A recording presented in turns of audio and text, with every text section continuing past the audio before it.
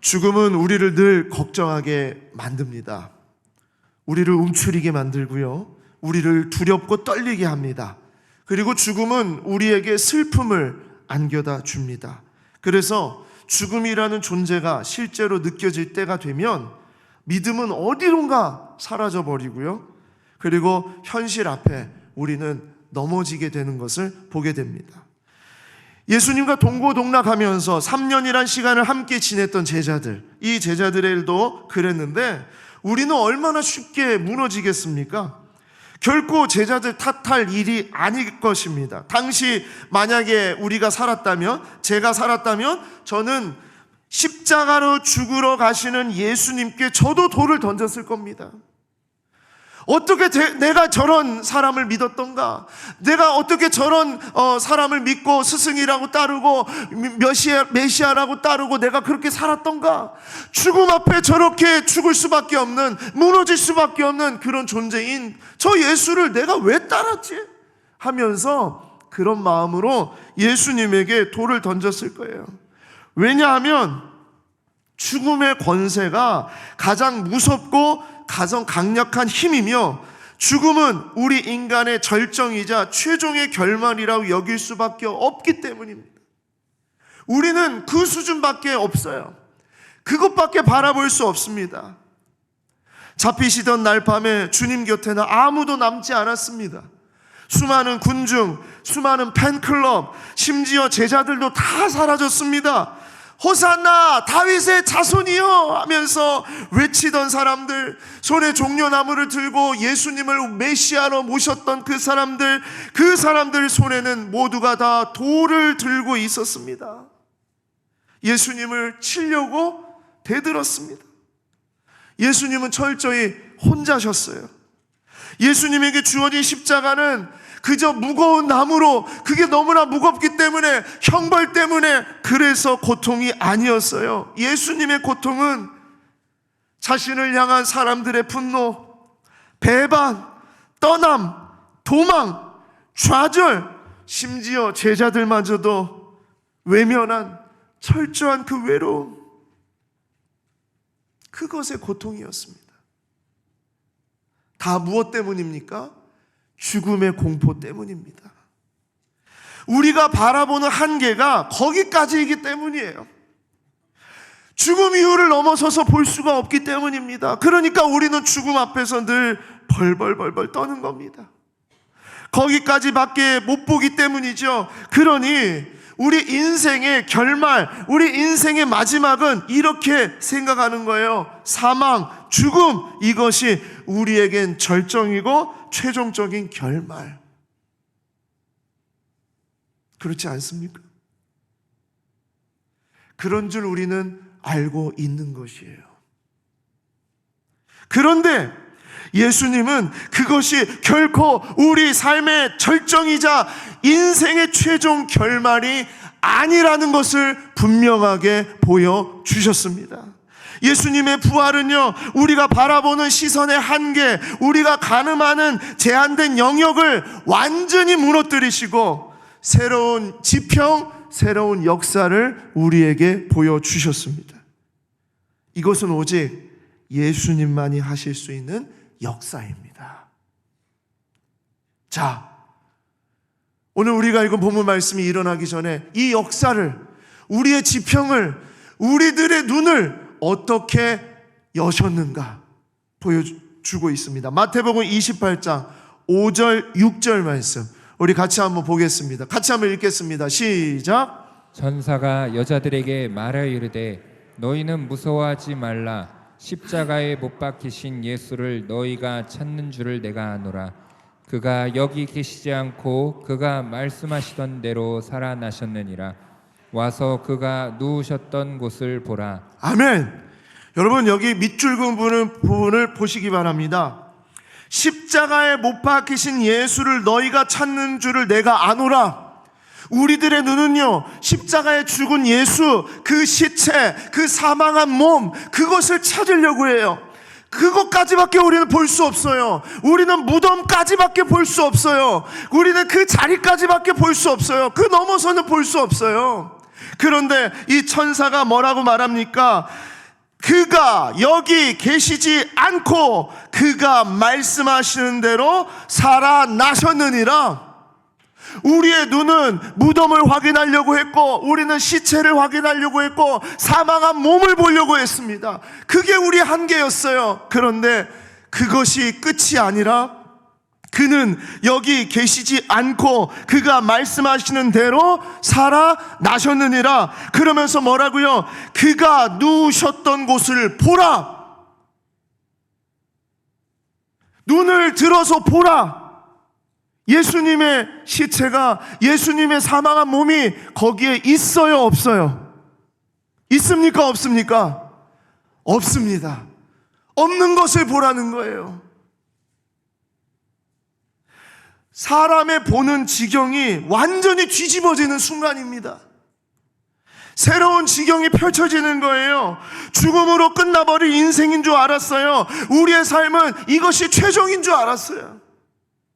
그런데 죽음 이후에 놀라운 삶에 대한 놀라운 이야기가 바로 그 빈 무덤 속에, 그가 누우셨던 곳에, 이제 거기서부터 새로운 삶에 대한 이야기가 펼쳐지고 있다는 것을 보라는 거예요.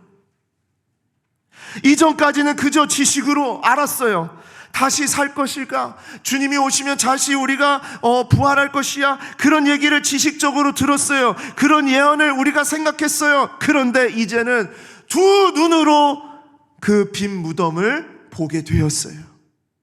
분명히 죽었어요. 분명히 십자가에서 죽으셨어요. 사망한 몸을 봤어요. 무덤에 들어가는 걸 다 봤어요.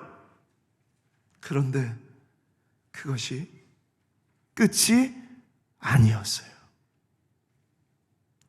부활은 실제였어요.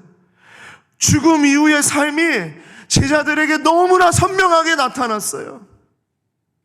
여러분, 정말 이 제자들과 예수님의 그 빈 무덤을 본 여인들과 예수님의 부활하신 몸을 본 백성들, 수백 명의 그 백성들은 여러분, 그들의 가슴이 어땠을까요?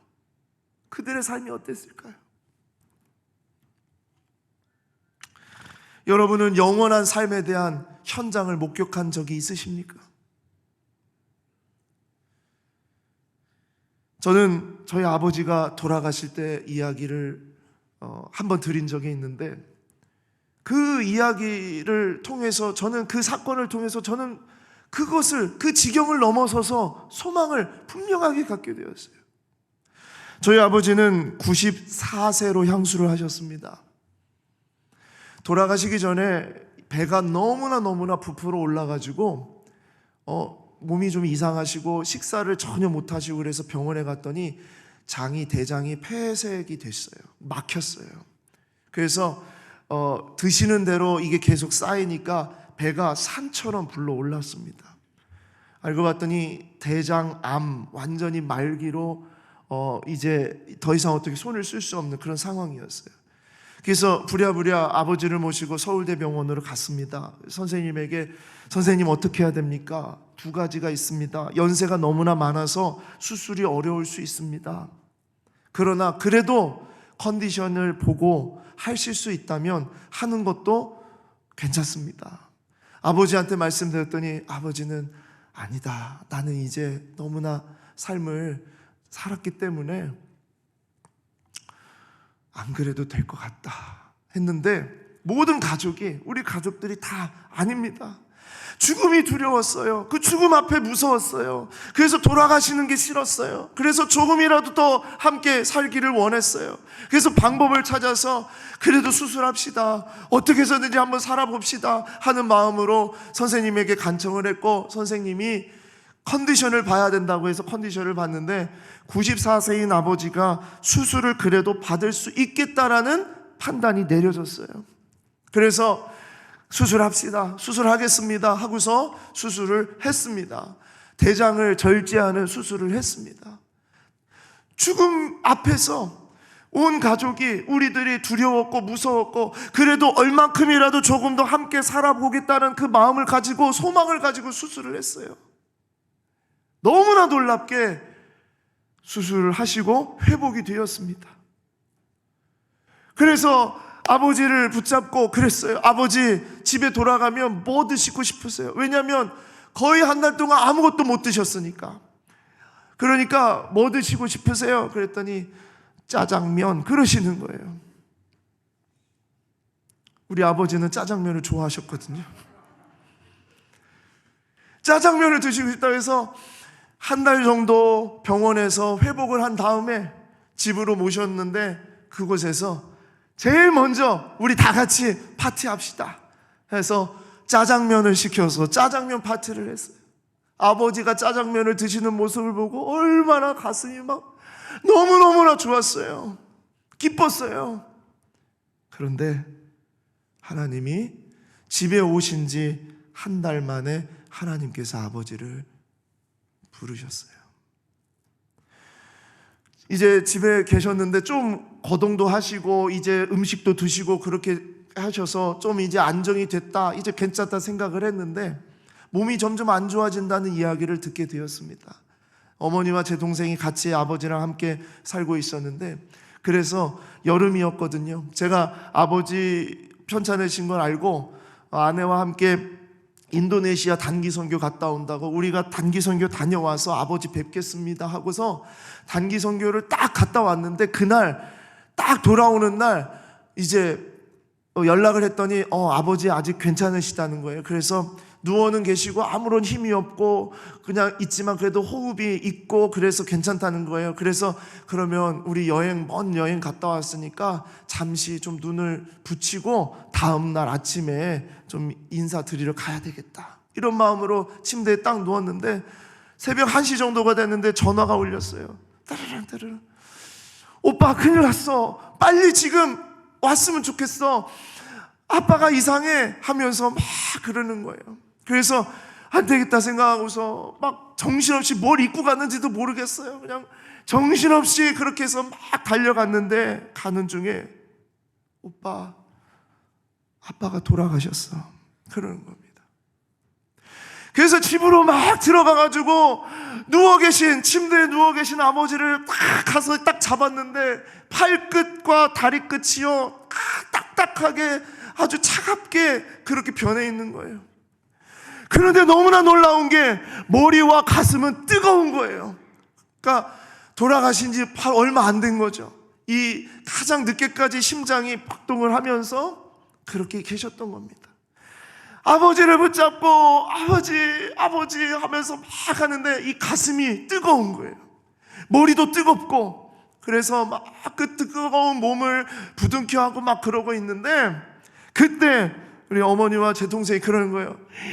오빠, 진짜 놀라운 일이 있었어, 그러는 거예요. 그래서 그게 뭐야? 그랬더니 아무런 힘이 없었거든요. 그냥 떠먹여주는 음식만 먹고 그렇게 하면서 계셨거든요. 그렇게 하면서 그냥 닦아주는 걸로 닦으시고 그렇게 계셨거든요. 그런데 그 마지막 순간에, 돌아가시 직전에 갑자기 아버지가 두 손을 탁 들고 하늘을 향해서 두 손을 탁 드시더니 하늘을 바라보면서 잠시 이러고 계셨다는 거예요. 잠시 이러고 계시다가 손을 탁 내려놓고 그리고 숨을 거두셨다는 거예요. 그 장면을 보고 어머니와 제 동생이요, 그 순간에 우리 하나님께서, 우리 주님께서 천군 천사와 함께 우리 아버지를 향해서 다가오시는 것을, 우리 아버지는 두 손을 들고 주님을 바라보면서 그러고 계셨다는 거예요. 그 이야기, 그 사건을 들은 후로요, 죽음이 두렵지가 않은 거예요. 무섭지가 않은 거예요. 그때까지는 죽음 앞에서 목사 그때는 준비하는 전도사였고요. 그리고 그때 믿음이 있었다고 했고요. 또 신앙생활 오래 했다고 했지만 사실 죽음이 두려웠어요. 무서웠어요. 그런데 우리의 시선을 넘어서는, 우리가 볼 수 있는 그 영역, 우리의 생명의 그 한계를 넘어서는 그러한 사건을 보게 되었을 때 가슴 속에 영원한 천국, 영원한 하나님의 나라를 바라보는 그 일을 사모하게 되었습니다. 사랑하는 성도 여러분, 예수님의 제자들과 예수님을 바라봤던 수많은 사람들이요, 예수님의 부활된 몸을 봤을 때 어땠을까요? 예수님의 그 찔리셨던 그 손자국, 그 창자국과 그 못자국을 보았을 때 어땠을까요? 예수님이 다시 살아나셔서 제자들에게 다가오시고 여인들에게 다가오시고 말씀하신 예수님을 바라봤던 그 수많은 사람들의 마음은 어땠을까요? 그들은 바로 죽음이라는 두려움, 죽음이라는 무서움을 넘어선 그 이후에 부활의 삶을 바라보며 소망으로 진짜 우리에게는 이 삶이 우리에게 펼쳐져 있는 것이구나, 그 마음으로 살아가지 않았겠습니까? 그가 여기 계시지 않고 그가 말씀하신 대로 살아나셨느니라. 이 말씀이요, 약속하신 대로 예수님은 죽은 자 가운데서 살아나셨고, 그러므로 예수님의 나머지 모든 약속도 반드시 이루시리라 확신할 수 있음을 믿습니다. 네.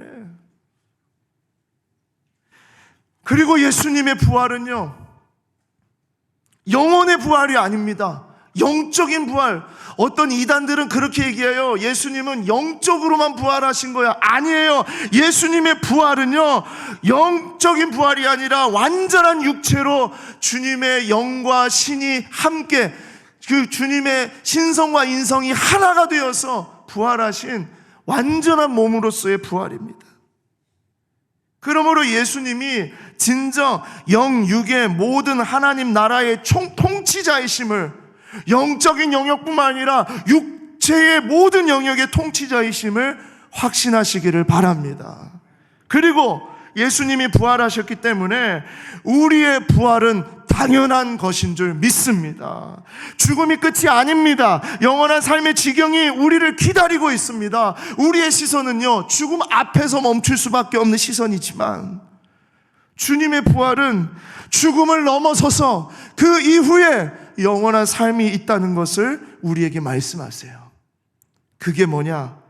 내 삶의 절정이자 내 인생의 최종 결말은 예수님과 같이 우리가 부활되는 것입니다.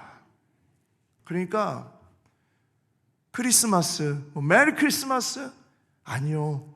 메리 크리스마스보다 더 우리에게 정말 우리를 정말 뜨겁게 만드는 그 고백은요, 예수님의 부활이 나의 부활입니다. 이것입니다. 우리에겐 죽음의 권세가 더 이상 힘을 쓸 수 없습니다. 우리의 시선이 죽음 이후를 바라볼 수 있는 시선으로 바뀌었습니다. 그런데 주님은 오늘 우리 본문 말씀을 통해서 우리의 삶이 그래서 그런 부활의 삶으로 사니까, 그래서 이제 정말 중요한 걸 너희에게 맡기겠다, 그것을 얘기하세요. 마태복음은 오늘 이 본문을 쓰면서요, 그저 우리가 다시 산다는 거, 우리가 죽지 않는다는 거, 우리가 다시 산다는 기쁨으로 기뻐해라, 그것으로 끝내지 않습니다.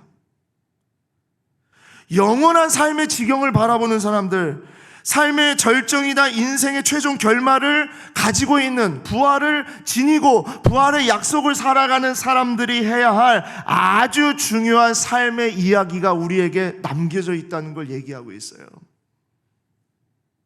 자, 그게 뭐냐? 오늘 우리가 읽은 16절에서 20절의 말씀입니다. 마태복음 28장 16절에서 20절은요, 복음서 중에 마태만이 유일하게 기술하고 있는 장면입니다. 마태는 예수님께서 남기신 아주 중요한 메시지를 적었습니다. 그게 뭐냐? 우리가 다시 사는 기쁨으로만 가만히 있는 것이 아니라, 이 땅에서 가만히 있는 것이 아니라 부활의 삶을 사는 사람들의 삶이, 부활의 인생을 살아갈 사람들의 삶이 어떠해야 하는지에 대한 말씀을 하고 있는 거예요.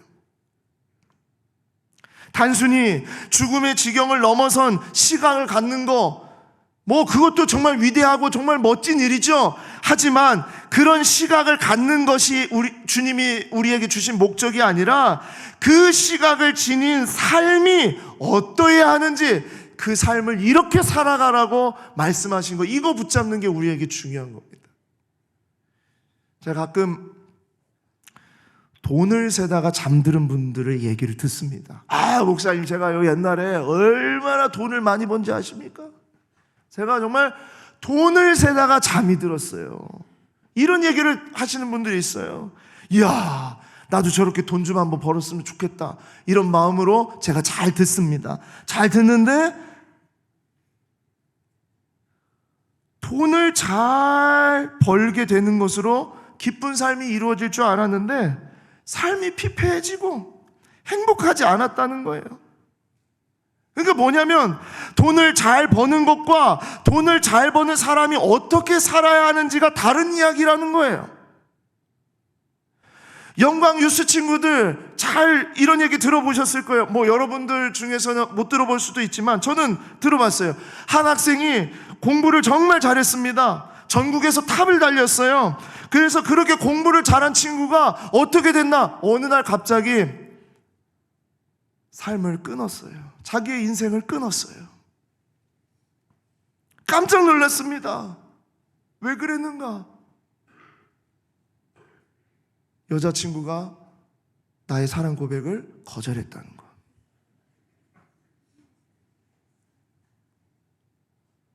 아이들의 입장에서는 너무나 힘들고 어려운 일일 수 있습니다. 하지만 공부를 잘하는 것과 그래서 어떻게 살아야 하는 것이 다른 거예요.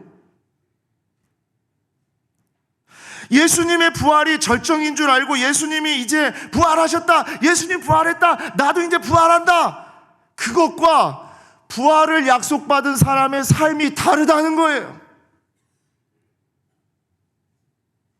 삶의 절정이자 인생의 최종 결말인 부활이 약속된 우리가 그저 나는 다시 살 거야, 나는 다시 부활돼, 그것으로 우리가 사는 것이 아니라 그 영원하신 그 하나님의 약속이 성취되는 그 날을 사모하면서 우리에게 주어진 그 약속이 이루어질 것을 바라보면서 우리가 이 땅 가운데 어떻게 살아가야 될지, 이게 정말 중요하다는 겁니다. 예수님의 부활로 우리는 분명히 부활할 것을 믿습니다. 우리도 압니다. 우리도 반드시 부활합니다. 그런데 우리는 그것을 알고 그냥 우리는 부활할 거야 라는 것으로 생각하고 살아가는 자들이 아니라는 거예요. 중요한 것은 그래서 우리가 어떻게 살아야 하느냐라는 겁니다. 어떻게 살아야 하느냐. 이것이 마태복음의 마지막에 담긴 마태복음의 전체를 결론 짓는 아주 중요한 포인트입니다. 첫 번째, 같이 함께 읽겠습니다. 첫 번째, 왕이신 예수가 통치하는 삶. 시작. 왕이신 예수가 통치하는 삶. 네, 이겁니다. 이 삶으로 사는 거예요. 생각나실지 모르겠습니다. 지난 1월에 마태복음을 시작하면서, 설교를 시작하면서 너희 아버지 뭐 하시노? 라는 제목을 가지고 말씀을 전했어요. 세상은 세상의 족보로 사람을 판단하고 높이기도 하고 낮추기도 하는데 우리는 족보가 없는 놈이라고, 너 같은 인생에 무슨 쓸모가 있냐고, 너같이 실패한 인생은 아무 쓸모 없다고 그렇게 말하는 이 세상 속에 마태복음은 예수님의 족보가 나의 족보이고 예수님의 왕되심이 나의 왕되심이다, 이걸 분명히 말하고 있다는 것을 얘기하고 있다고 했습니다. 그래서 영원하신 전능하신 예수님을 왕으로 모시는 삶을 살자고 했는데 그 왕의 이야기가 통치에 대한 이야기예요. 다스림에 대한 이야기입니다. 오직 나를 다스리는 분은 예수님밖에 없습니다. 이 고백입니다. 나의 삶을 다스리는 분, 이 다스림은요, 죽음 이전과 죽음 이후에 동일하게 역사하시는 왕권이에요. 다스림입니다. 사람들은 생각했어요. 예수님의 십자가를 바라보면서 예수님의 죽음은 패배처럼 보였습니다. 그러나 그 십자가의 죽음이 실패한 것이고 회복할 수 없는 것이고 돌이킬 수 없는 패배처럼 보였으나 그 패배처럼 보였던 십자가에서 영원한 승리로 완전히 뒤집어지는 역사를 주님은 우리에게 보여주신 거예요. 그리고 우리에게 말씀하십니다. 18절 말씀 같이 읽겠습니다. 시작. 마여 이르시되 하늘과 땅의 모든 권세를 내게 주셨으니 아멘. 하늘과 땅의 모든 권세를 내게 주셨으니, 내가 십자가 앞에서 죽을 때는 권세가 없는 것 같았지, 나는 완전히 정말 죄인으로 죽은 것 같았지, 실패한 것 같았지, 끝난 것 같았지. 그러나 이 모든 십자가를 통하여서 하나님께서 하늘과 땅의 모든 권세를 나에게 주셨다. 완전한 왕으로서, 왕권으로서, 권세자로서, 영원하신 창조주로서 이 모든 권세가 나에게 주어진 것이다. 제자들에게 얘기하시는 겁니다. 우리들에게 얘기하시는 거예요. 그러면서 부활의 약속을 가지고 살아가는 사람들아, 어떻게 살아가냐? 세상이 말하는 권세 앞에서 허우적거리지 말고 일희일비하는 인생이 되지 말라는 거예요. 조금 어려움이 생겼다고 해서, 뭔가 일이 꼬였다고 해서, 안 된다고 해서, 실패했다고 해서, 문제가 있다고 해서, 질병에 걸렸다고 해서 두려워하지 말라는 겁니다. 왜냐? 하늘과 땅의 모든 권세를 지닌 예수 그리스도의 능력이 우리에게 주어지기 때문입니다. 죽음 이전과 그 너머의 그 모든 삶의 왕이신 예수님의 다스림을 바라보고 예수님이 인도하심으로 우리가 살아가는 것. 늘 예수님의 권세로 나를 다스려 주시옵소서. 이게 부활을 약속받은 우리 모두의 삶이 되어야 될 줄 믿습니다. 우리 주님의 권세는요, 모든 염려와 걱정과 실패와 고통을, 그리고 우리 학생들의 그 어려운 마음을, 우리 유스들의 그 고민을, 그 정말 누구에게도 말할 수 없는 그 정말 안타깝고 꺼낼 수 없는 그런 아픔까지도 우리 주님은 그 모든 것을 다스리시고 만지시는 권세가 있는 줄 믿습니다. 두 번째로 어떤 삶을 살아야 되냐? 같이 읽겠습니다. 두 번째, 시작. 모든 민족을 예수의 제자로 삼는 삶. 예수님 앞에 있었던 제자들은요, 실패했습니다. 그렇죠? 제자라는 이름을 붙일 수도 없는 그런 바닥을 드러낸 존재들입니다. 십자가를 지시는 예수님 곁에서 다 떠난 존재들이에요. 그게 무슨 제자입니까? 제자들의 시선은 죽음 앞에서 벌벌벌벌 떨고 있었어요. 두려운 자들이었어요. 무서운 자들이었어요. 제가 만약에 예수님이라면 한 놈씩 한 놈씩 불러가지고 제가 가만 안 놔뒀을 거예요. 이 나쁜 놈들아, 내가 그렇게 십자가에 달려 죽을 때 너 거기서 뭐하고 있었어?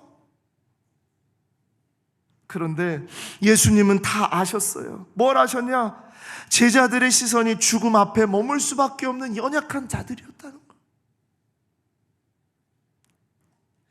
그래서 우리 주님은 제자들을 다시 부르시는 거예요. 다시 용기를 주시는 거예요.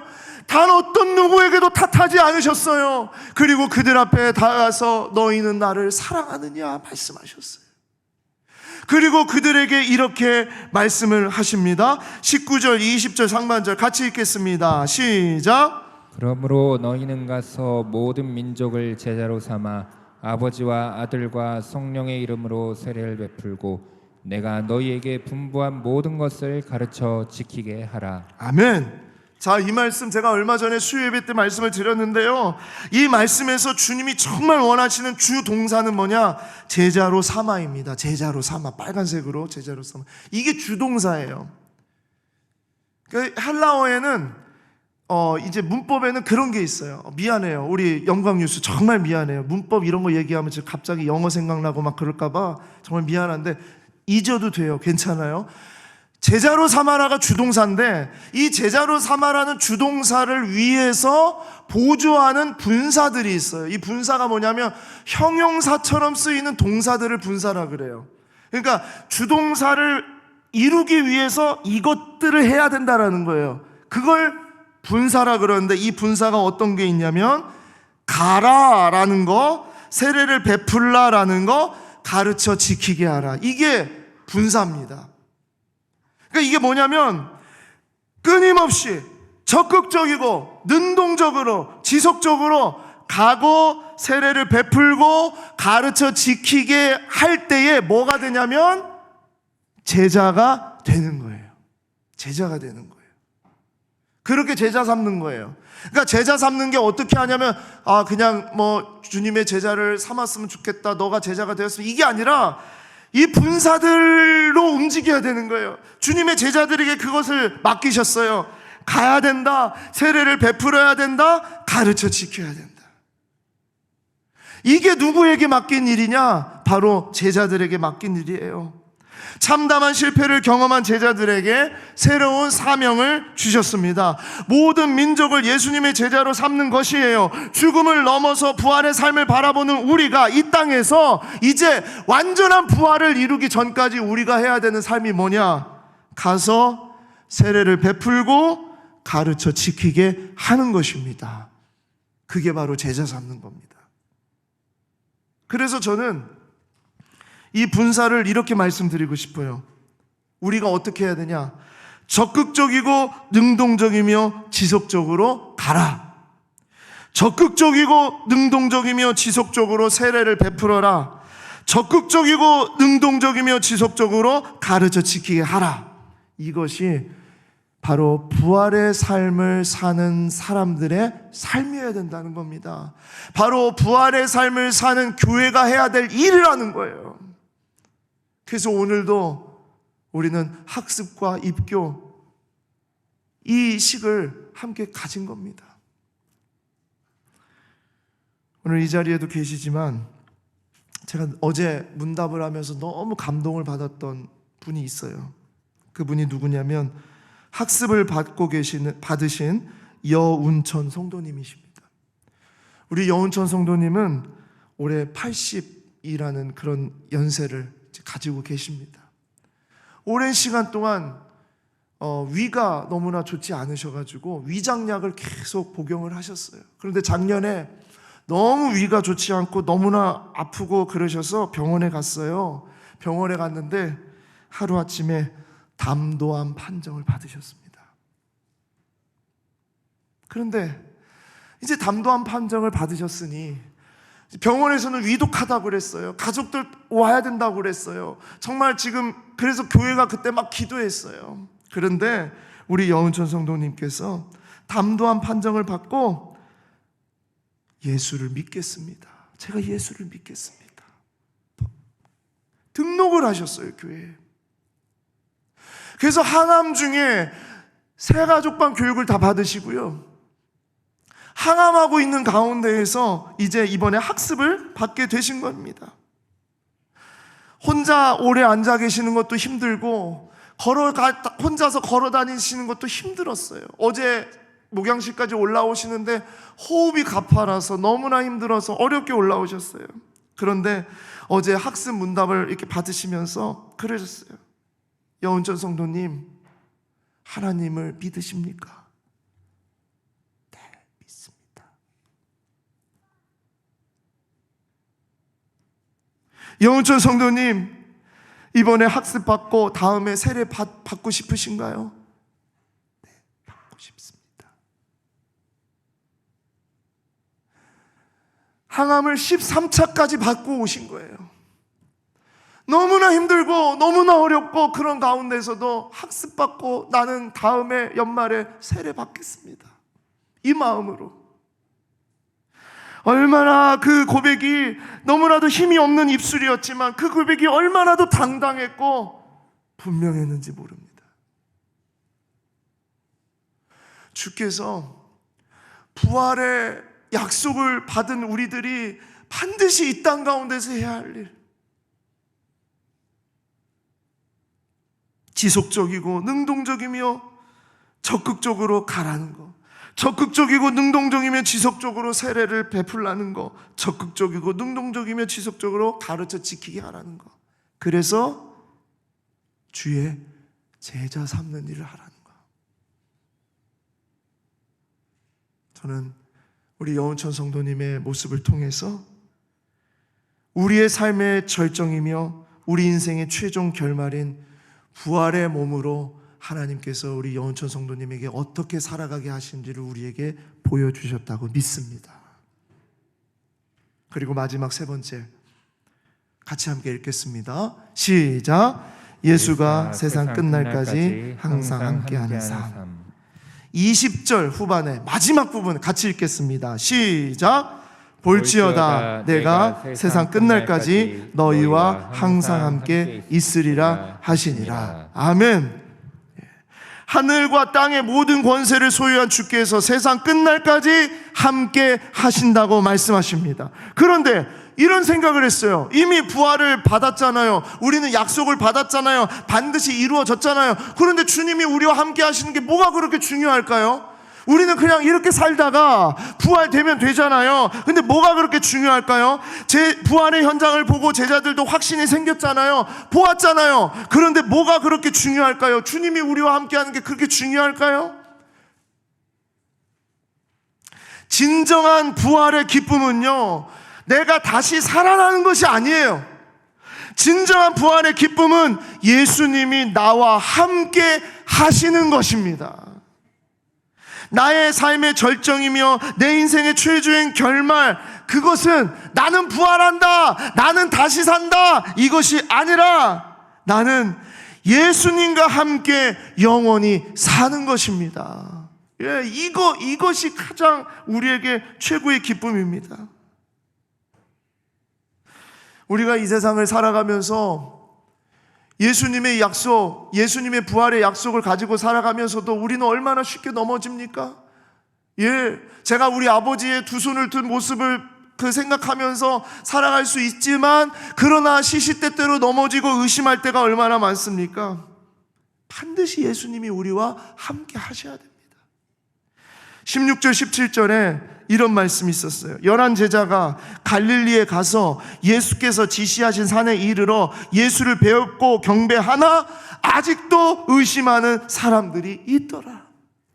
주님의 부활을 보고 주님을 만나고 주님의 말씀이 이루어진 것을 확신하면서도 아직도 의심하는 사람들이 있더라. 애굽의 10가지 재앙을 보이시고 홍해를 가르시고 만나와 메추라기를 먹이시고 구름기둥과 불기둥으로 이스라엘을 이끌어 주셨음에도 불구하고 이스라엘은 시시때때로 불평과 불만과 의심으로 하나님 앞에 나아갔어요. 예, 얼마나 그런 모습을 쉽게 보았습니까?